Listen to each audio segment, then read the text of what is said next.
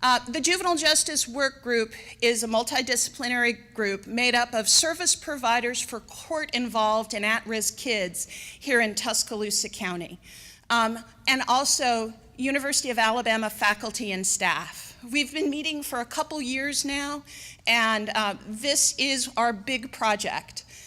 We identified trauma as what we wanted to talk about, what we wanted to work on. Childhood trauma is an issue that touches all of us in all of our different capacities. It's an education issue because children with unresolved childhood trauma have a much higher chance of having conduct disorder and other disciplinary issues.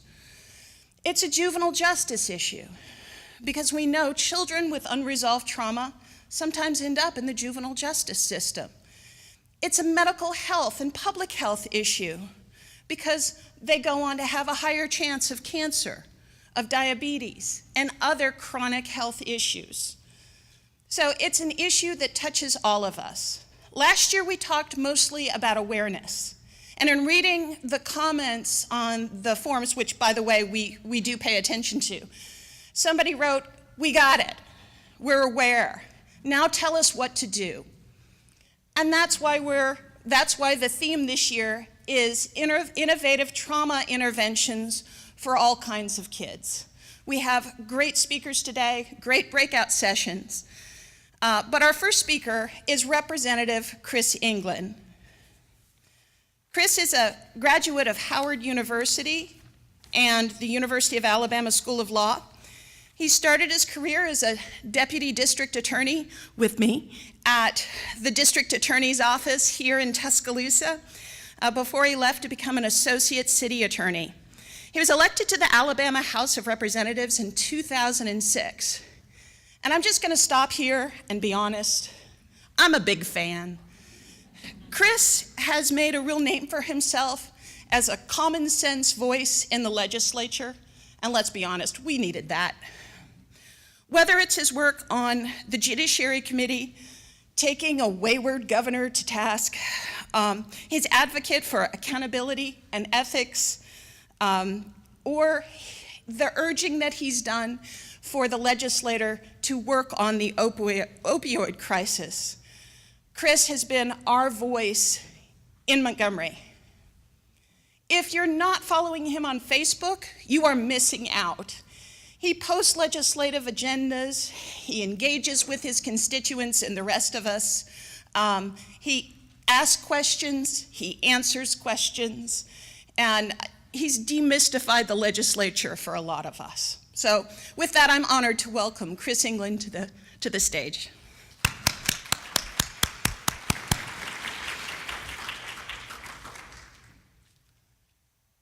Good morning.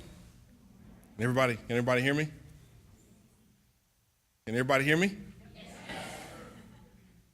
Can everybody hear me? Yes. All right. I mean, act like it's a Friday. Come on, people. First, I want to say thank you to Jill. I don't really know who she was talking about. I heard my name in there a couple of times, so I'm assuming she was introducing me. But no, I really appreciate that. And at the very least, based upon her introduction, I know I can't say too much to disappoint, well, I probably can, but too much to disappoint you, because if I don't inform you, my goal is to at least entertain you. So I have, as Jill said, I started my career in the district attorney's office here in Tuscaloosa County, and I spent a year in prosecuting in juvenile court. From there, I moved over to the city of Tuscaloosa, where I became the prosecutor there for several years, which is akin to the Kmart of courts. Everybody's welcome. Any issue you have, we'll probably find a way to deal with it, and we'll probably eventually find a resolution for you. It may not exactly fit your needs, but it'll get you home. So I've been involved in the court system most of my life, and I've taken that with me to the legislature, and I try to use the experiences that I have to inform the legislation that I'm involved in, that I sponsor, and also involved in the debates that we have. So I do the best that I can to use that experience to make sure that we in the legislature don't do something stupid, and I'm not doing a very good job. That was a joke. Not really, but it was a joke. So, to that end, I would be remiss if I also didn't tell you that I have an expert with me in my household at all times. My wife, Shay, has been working. Yo, yeah, give her a hand. Yes, sir. Yes. And for those that know her, please tell her I did that. Okay. That's putting money in the bank. But so she makes sure that I also stay informed on some issues to make sure that the stupid streak in me that's at least a mile long and a mile wide doesn't take over when I go down to Montgomery. So, to that end, I've been in legislature now for, say, 12 years now, I'm into my third term, and I'm running for re-election going into my fourth term, and I'm unopposed. I don't necessarily know if that means people really are satisfied with the job I'm doing or just don't give a damn. I don't know. But I'll take the results either way it goes. But as I go into my fourth term, I am constantly amazed at the issues that have evolved from juvenile justice, protecting children, and also dealing with children who have suffered some form of trauma. And when I was started in 2006, I never thought I would be in 2018 dealing with ways that we are to work in schools to prevent a child as young as 10 or 11 years old from committing or considering suicide, or figuring out ways within our school system that we create an environment that is conducive for our administrators and teachers and other support personnel to be able to engage a child before a tragedy occurs. And then creating training where those administrators and those teachers have the ability to recognize the symptoms of a child who is dealing with trauma before a tragic accident or event occurs. And also being involved in conversations where we have tough conversations, where now we require support personnel, teachers, people that work at DHR, everyone, to begin engaging with children at a grassroots level so we can begin to identify some of those symptoms to prevent tragic accidents from occurring. And also in having to now encouraging the people within this industry to not focus on the easy kids, the ones that are outgoing, who are popular, who will engage you and tell you that there's something going on, but also working to find ways to identify those hard kids, the ones who have suffered so much trauma that they've withdrawn and they no longer engage. And as a teacher who's got so many things to worry about in the classroom, it is easy to ignore that child that comes and goes every day, doesn't speak to someone, eats lunch by themselves, wears a hoodie, and does pretty much exhibits everything to the world to just leave me alone. And what's interesting, when you see those kids, you go to that same school or you go to that local DHR division, and somehow they become aware of that child, everybody will tell you that they recognize those things in that child, but we generally don't do anything until something terrible happens. And then you see those same people on TV later on saying, you know what? I saw that. You know what? I recognize that. You know what? I saw those symptoms playing out every day in the school, and maybe we should have done something about it.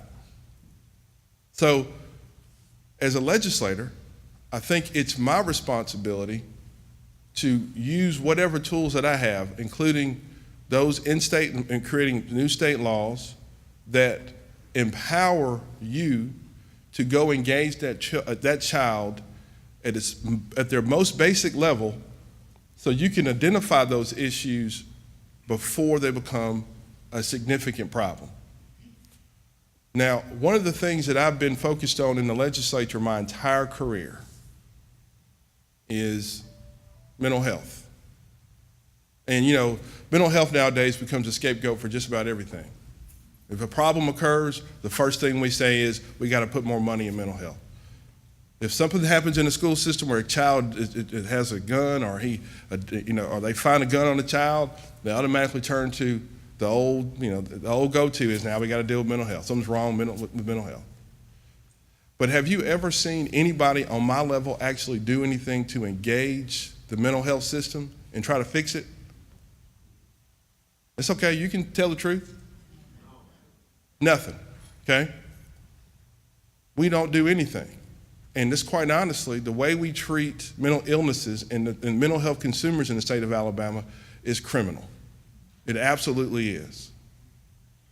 Every year we identify that all these issues and all these gaps occur in our state law that don't empower the people on the ground to do anything to work with this problem, but yet we have no solutions, resolutions, or anything to offer you. So as you've seen, that problem now has broken the seams in just about every area or every part of our human life that is required to deal with those individuals, to the point now where they're spilling over into certain situations where they don't get served at all. So you can imagine if we fail adults the way that we do on a regular basis, you can imagine what we do to children, especially in our school system. So, as a legislator, I feel it's my responsibility and my duty to create a framework for the future through legislation that empowers us to deal with this problem. So, when I got this topic and I started kind of doing a little bit of research, because I generally have a tendency that when I start talking, I forget everything that I prepared and I just kind of start talking, okay? And I may be doing that now, who knows? So when I started looking at some of the research and figuring out where we kind of dropped the ball, I started kind of feeling like a mosquito at a nudist colony. I see all I want to do, but I just don't know where to start. You can use that if you'd like. But I think that I want to begin working on a framework that creates trauma-informed legislation, okay? And what I mean by that is we want to make sure, first and foremost, and I know you've been paying attention to the Democratic debates, but for the fact that our governor is absolutely afraid of human contact. And you should definitely hold her accountable for that as well. Any legislator, politician, anybody, any elected official that wants your vote should also be willing to talk to you and ask for it. They should never assume that you're going to give them the position because they've already got it. Or we shouldn't reward them for hiding from us. And that's what Governor Kay Ivey is currently doing. I don't care if you support her right now, you need to go ask her what her positions are because she was not elected governor, she was appointed, okay? And that was just an aside, I'll get back to the topic now. All right. But if you've been watching the governor's races, the Democratic candidates have all been talking about expanding Medicaid. Well, the reason why we're talking about expanding Medicaid is because it creates more access for mental health services. So any framework going forward that I'm going to be involved with will offer to the people an expansion of Medicaid because it gets right down to the children who need it the most. And we're expanding care to provide access so we can begin the work of dealing with these problems before they become issues for everybody else. The second thing is we want to be able to expand mental health in schools. So again, like I said earlier, the theme is I want to be able to empower our administrators, our teachers, our principals to go and deal with those children who have disengaged versus dealing with those children that everybody knows and are easy to deal with. So that also requires us to increase training. So those personnel that deal with our children every day can have the proper training to be able to recognize those symptoms, those things that exhibit trauma or any other results of physical or sexual abuse. We also want to be able to use that training to take it to law enforcement. So law enforcement can also, when they come to the school and they begin identifying the people that could potentially become problems with our children, that they can also use their tools to help the school system help with those children. And lastly, we want to remove the red tape between all of the industries and all of the people who are involved with educating and protecting our children, so it becomes easier for that law enforcement officer to refer that child to the proper resources versus incarcerating them, or have the teacher have the ability to appropriately refer that child to the proper resources instead of taking them to the principal's office and identifying them as a problem child. So we want to eliminate that red tape to make the transition from point A to point B easier, so we appropriately treat the symptoms that we see. So, in light of that, now I'm going to sort of transition to a plea for you to advocate. Okay? Now, let's say this as lightly as possible. The legislature, running for the legislature or any elected office, is not a qualifications contest. You know what I mean when I say that? Okay? It is not a qualifications contest, which means that the dumbest people that you know could end up being a legislator. The dumbest person you know could end up being on a school board. The dumbest person you know could end up being in some elected position that makes crucial decisions about the future of your family and your child. So in light of that fact, because I know it for myself, again, like I said earlier, I got a dumb streak in me a mile long. And it takes one incident on the way to Montgomery one day that happens to me that pisses me off no end, and I'm gonna go find a way to create legislation to outlaw headaches, okay? So you can't hold me responsible for some of the really terrible decisions that I make when there's a room full of experts on any given day sitting in a room determining policy for child development and child protection and so forth. So I'm gonna ask you a question.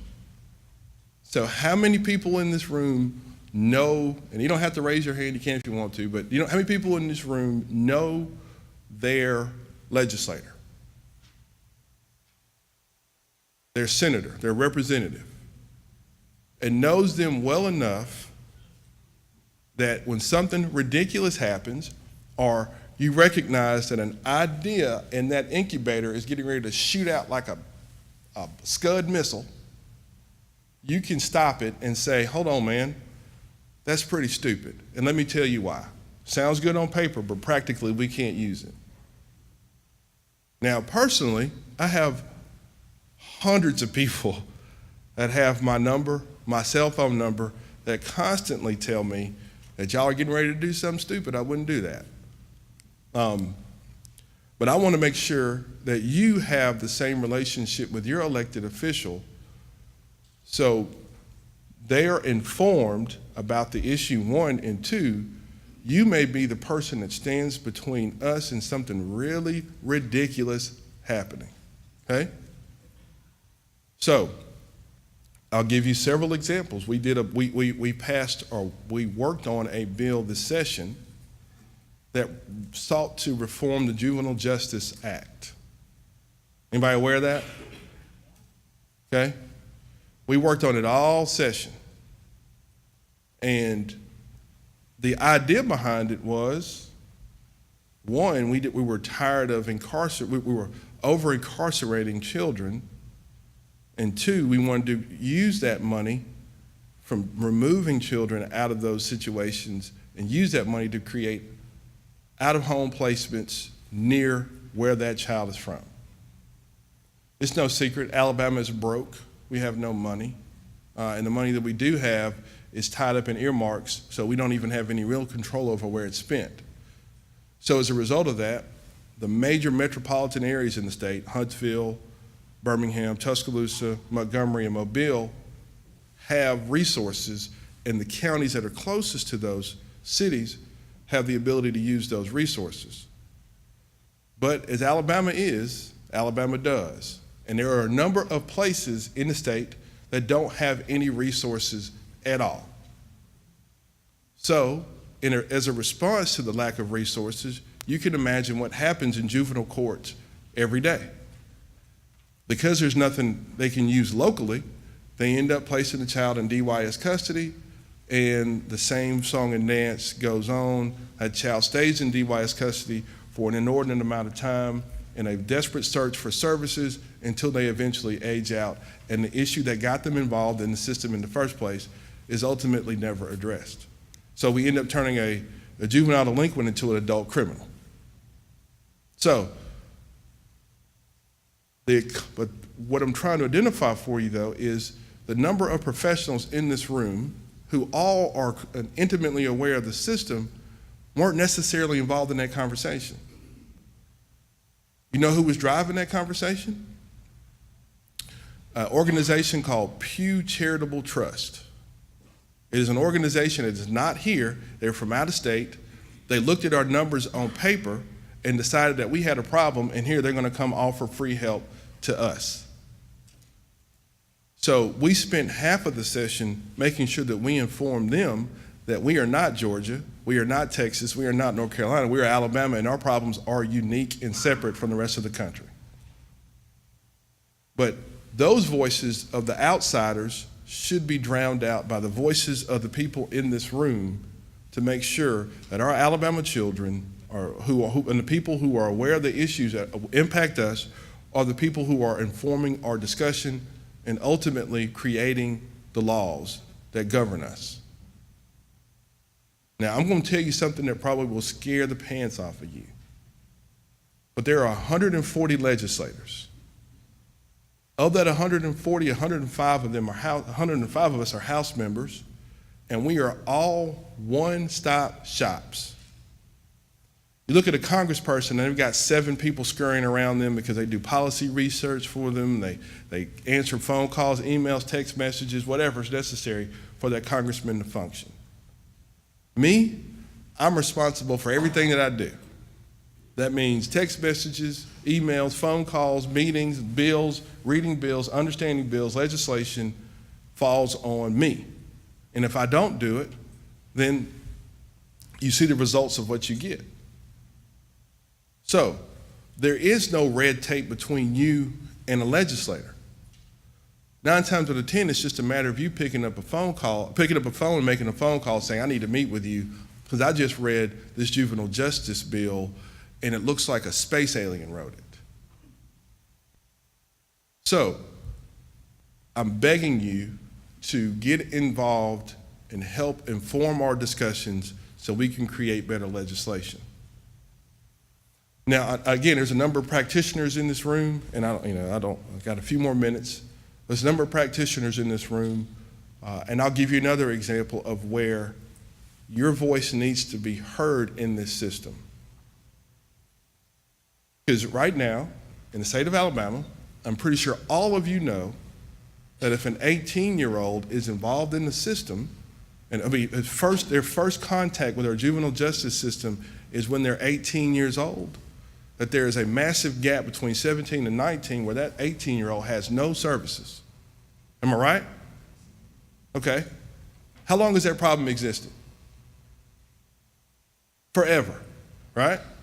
And do you know, during the course of the debate on the juvenile justice bill, the fact that we have hundreds of kids across the state who have no services, no access to services, and because they don't, 18-year-olds often end up in adult situations that they never should have been in the first place.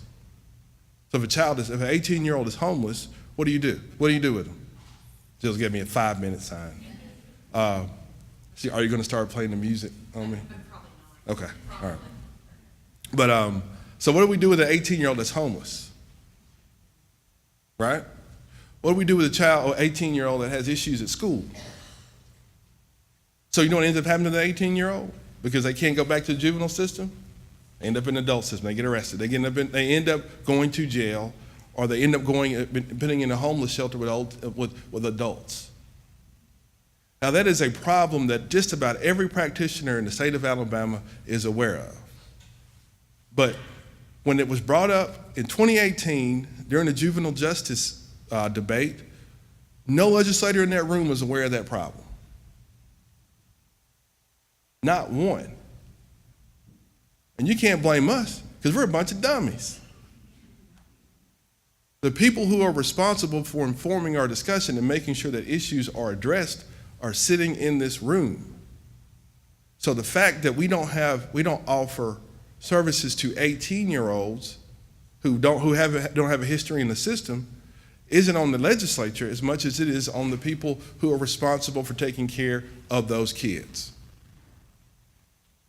So I'm going to challenge you this morning that when we go back into session, that if you don't have a relationship with a legislator, you create one. And don't just send an email and say, I've done my job. Find that idiot, okay? And I'm one of them. Find us, engage us, put something in our hands, and then hold us accountable to it. Because if we go back into session again, this upcoming session, that juvenile justice bill is coming back. And the Alabama legislature, the state house, is the world's worst toilet. I'm telling you, you can flush some of that stuff 1,000,000 times, but it's coming back up, okay? So what I need you to do is to make sure when we have these discussions again, that you are at the table. Because I guarantee you, if you're not at the table, our children, their safety, and the money we use to help them is on the menu, okay? So in order to change our past, affect our present, and give us a better future, you guys have to be at the table informing our debates, informing our discussions, and ultimately helping us create better legislation. Because it's not for you. Because I hear all y'all complaining all the time about the stupid stuff that we do and how impractical it is and how you can't, it makes it look good on paper, but practically I can't do it, can't use it. That's not our fault, guys. That's y'all's. That's all of ours. So if you elect us, inform us, and then hold us accountable. Because again, it's not just your job, your ability to do your job every day that's at stake. It's the safety, protection, and the mental health of our children. So, I guess I'm that mosquito and I found my target. But again, it's been an absolute honor and a privilege to be here this morning. And I hope that going forward, I see and get to know a lot more of you, because I need more than my wife telling me how stupid I am, okay? Well, anyway, so God, thank you for having me this morning, and I'm looking forward to working with you. Thank you.